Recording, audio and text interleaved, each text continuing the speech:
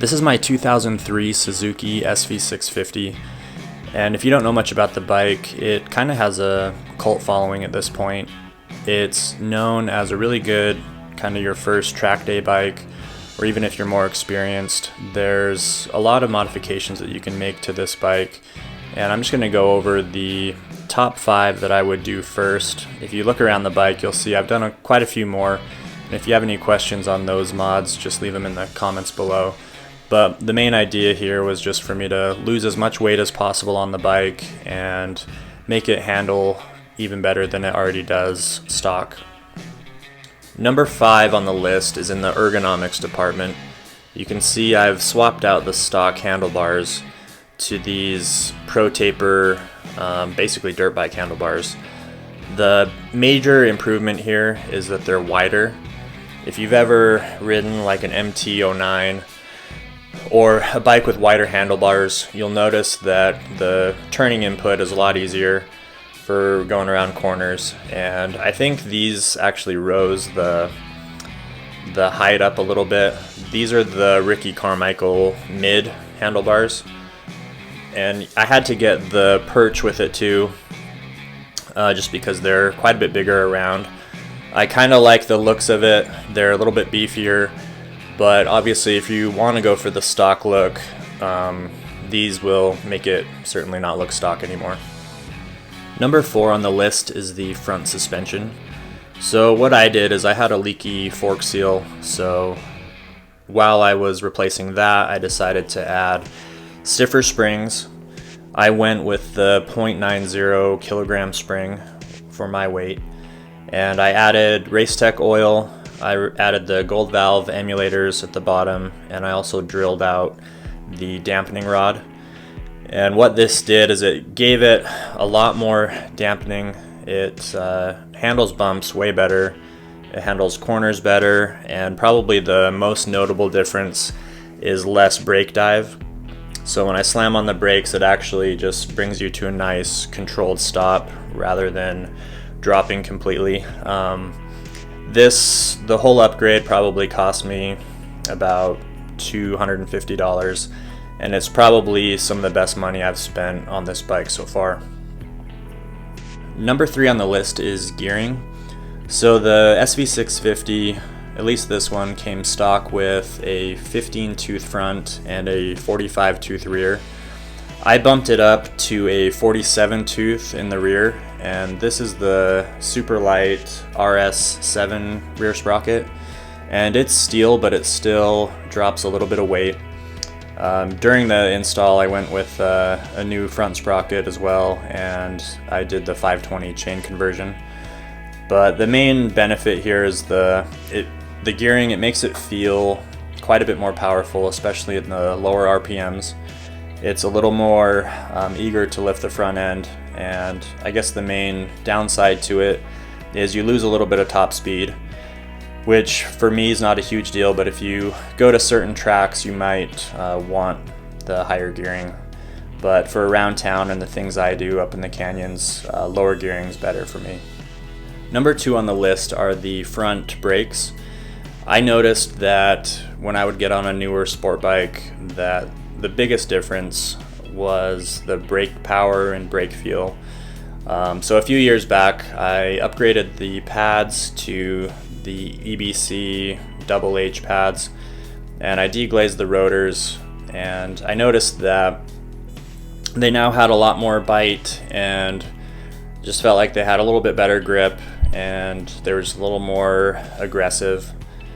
The next thing I did was I upgraded the brake lines to these Spiegler steel braided lines, and I really like how the whole setup is just a lot more simple. There's a double banjo at the top, and then just a dedicated line to each caliper, and there's no crossover in between the two. And so from the stock setup, you're actually able to ditch a couple brackets, and because it doesn't have the crossover steel piece, you're actually shedding a little bit of weight.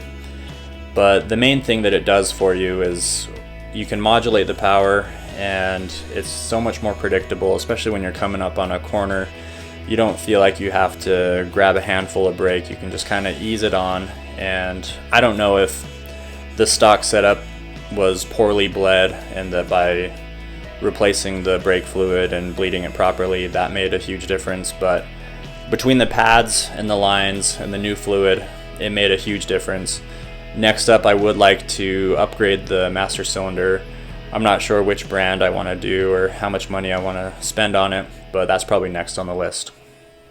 Number one on the list isn't necessarily specific to the SV or anything, but I believe it's the number one mod you can make to any bike, and that is tires, unless your bike came with awesome tires. Having a grippy tire on a bike like this gives you a ton of confidence when you're coming into a corner maybe a little too fast rather than hitting the brake and losing it. You know that the tire is capable of a lot more than you are.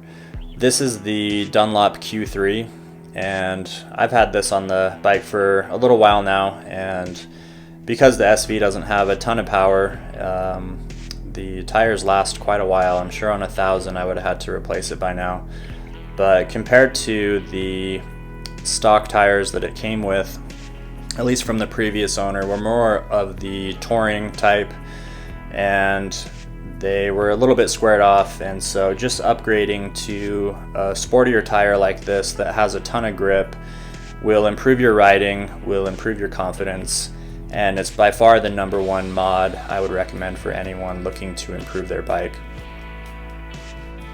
And as I talked about earlier, one of my main goals is just to lose as much weight on the bike as possible. Being a 650cc motor, there's not a ton of power coming out of it. It's a nice torquey motor, but if you can kind of tailor to its strong suit, which is handling, a lot of people use these for track bikes, and dropping some weight, especially the weight as high as possible, can make a really big difference in the handling and the flickability. A lot of people that ride this bike love the way it handles and are impressed over even their more modern sport bikes, how fun it is to ride. Here I'm just taking off the seat, which really is more of a process than you'd think it should be. But once I get it off, you'll see I have a lithium battery that I'm putting back in for this season, and it dropped about 6 pounds over the stock lead acid battery. And I was pretty leery switching over to the lithium just because I had heard bad things and bad reviews. But 3 years later, it's never had less than the 3 bars that it indicates on there. And all I do is take it out of the bike during the winter and store it inside. But it cranks over even stronger, and losing that weight that's fairly high on the bike does make a little bit of difference. Around the bike, I've just made an effort to get rid of things that I don't need. You'll see that the stock exhaust is a huge cannon on here. Mine actually came with this Yoshimura from the previous owner. I've had this bike for about 7 years now, and I really like this exhaust. It sounds really cool. I'll show a clip of it later so you can see what it sounds like, but it has performed really well, and I think it makes the bike look a lot better. And it kind of has the popping and crackling, and I don't know if that could be mapped out of it, but some people like that. I like a little bit of it, and it's definitely tolerable for me, but whether it adds much power or anything like that, I think the main advantage here is just the weight savings. There's future things I want to do. Obviously, I think the most glaring upgrade I need to make is the rear shock. If you have any input on what I should go with when I replace that, leave them in the comments below.